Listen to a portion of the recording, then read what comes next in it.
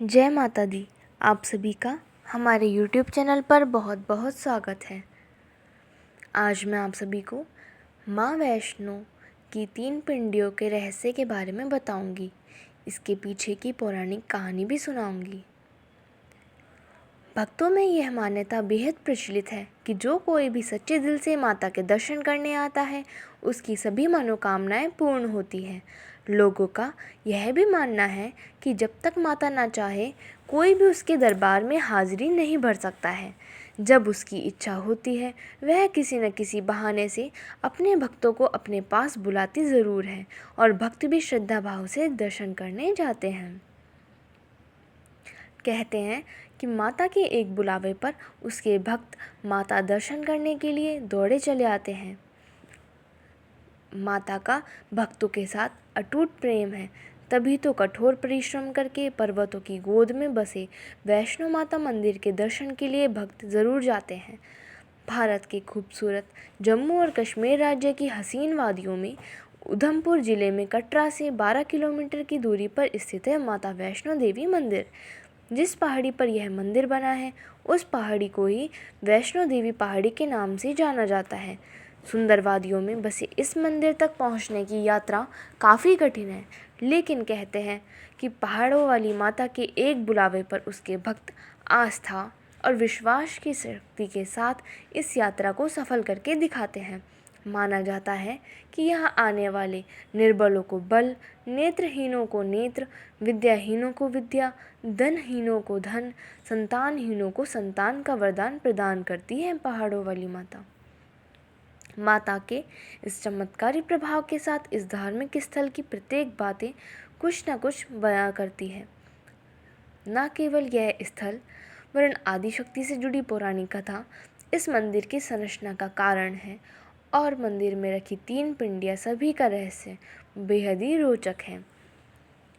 माता से जुड़ी एक पौराणिक कथा काफ़ी प्रसिद्ध है, जो माता के एक भक्त श्रीधर से जुड़ी हुई है।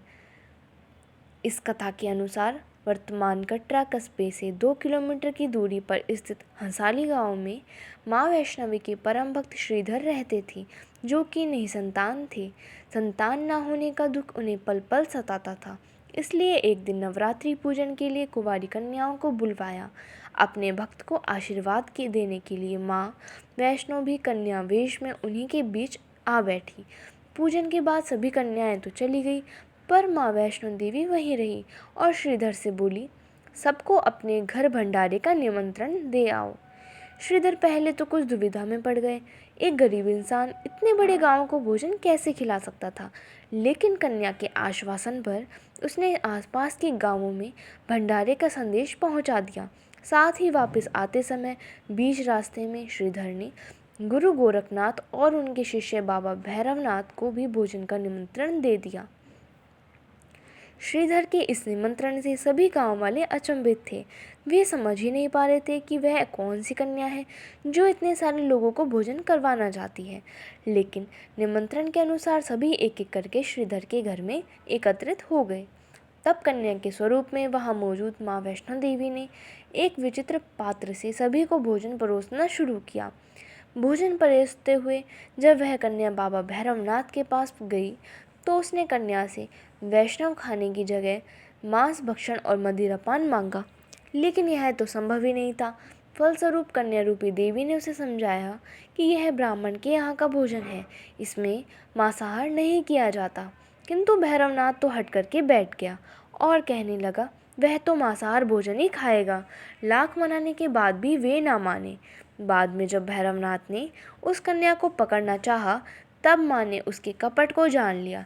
तुरंत ही वे वायु रूप में बदलकर त्रिकुटा पर्वत की ओर उड़ चली।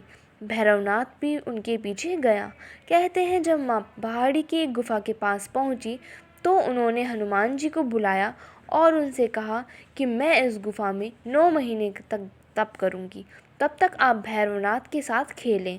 आज्ञानुसार इस गुफा के बाहर माता की रक्षा के लिए हनुमान जी ने भैरवनाथ के साथ 9 माह खेला।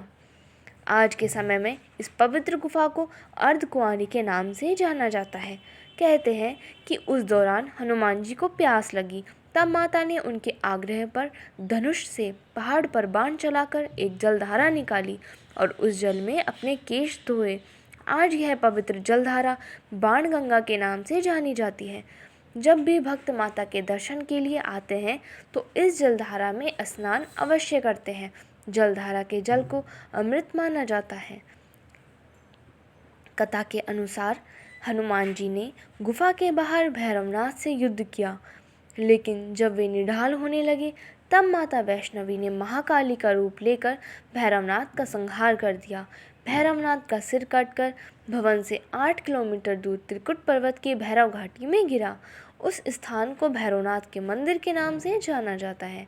कहते हैं क्षमा मांगने पर माता ने भैरवनाथ को ऊंचा स्थान प्रदान किया और कहा कि जो कोई भी मेरे दर्शन करने इन खूबसूरत वादियों में आएगा वह तत्पश्चात तुम्हारे दर्शन भी ज़रूर करेगा, अन्यथा उसकी यात्रा पूरी नहीं कहलाएगी।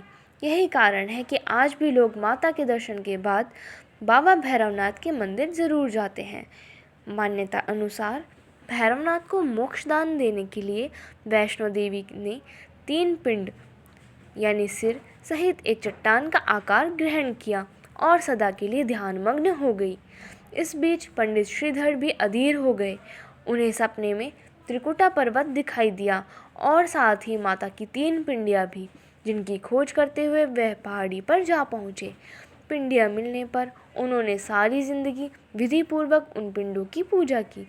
उनसे प्रसन्न होकर देवी उनके सामने प्रकट हुई और उन्हें आशीर्वाद दे दिया। तब से श्रीधर और उनके वंशज ही देवी माँ वैष्णो देवी की पूजा करते आ रहे हैं। माता के इन 3 पिंडों का चमत्कारी प्रभाव भी रोचक है। यह आदिशक्ति के 3 रूप माने जाते हैं। पहली पिंडी माँ सरस्वती की है, जो कि माँ सरस्वती कहलाती हैं, जो ज्ञान की देवी हैं।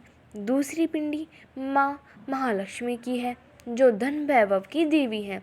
और तीसरी पिंडी माँ महाकाली को समर्पित है, जो शक्ति का रूप मानी जाती है। इन 3 पिंडों का मनुष्य के जीवन से गहरा रिश्ता है।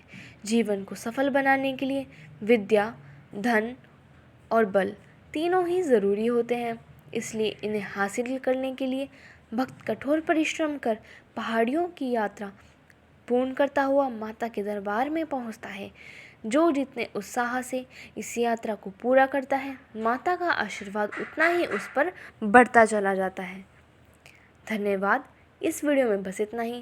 तो प्लीज़ हमारी वीडियोस को लाइक कीजिए, शेयर कीजिए और हमारे चैनल को सब्सक्राइब कर लीजिए और कमेंट सेक्शन में जय माता दी लिखना ना भूलें।